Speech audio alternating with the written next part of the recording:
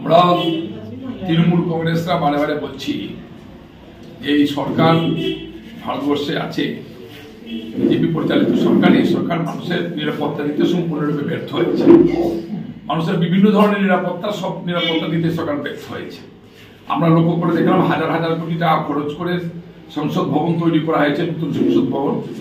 গতকালকে যে ঘটনা, সেটা আমাদের কাছে, ভারতবাসীর কাছে একটু লজ্জাজনক যে সংসদে কিভাবে এত নিরাপত্তারক্ষী থাকা সত্ত্বেও কিভাবে সেখানে আজকে দুজন ঢুকে গেল।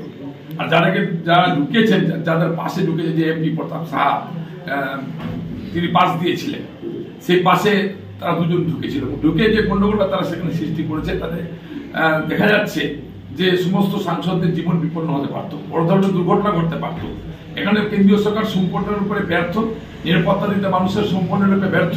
আবার আমরা আশ্চর্য হলে লক্ষ্য করে দেখছি, যখন এই ঘটনাটা ঘটছে তখন কিন্তু সেখানে কোনো বিজেপির সাংসদ ছিলেন না, একজনও বিজেপির সাংসদ ছিলেন না। অন্যান্য সাংসদরা সেখানে উপস্থিত ছিলেন, কিন্তু বিজেপির সাংসদ ছিলেন না। এটা পরিকল্পিত না সুপরিকল্পিত আমরা কিছুই বুঝতে পারছি না। ফলে আজকে ভারতবাসী চিন্তা করতে হবে, ভাবতে হবে। আজকে ভাবনার দিন এসছে ভারতবাসী, চিন্তা করার দিন এসছে ভারতবাসী।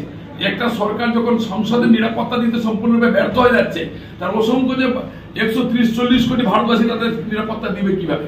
অর্থাৎ শুধুমাত্র ক্ষমতায় টিকে থাকার জন্য, ক্ষমতা ব্যবহার করার জন্যই, পুনরায় প্রধানমন্ত্রী হওয়ার জন্যই ওরা ভারতবর্ষকে মৃত্যুর মুখে ঠেলে দিচ্ছে। প্রত্যেকটা মানুষের নিরাপত্তাটাকে তারা বিঘ্নিত করছে, খতম করে দিচ্ছে।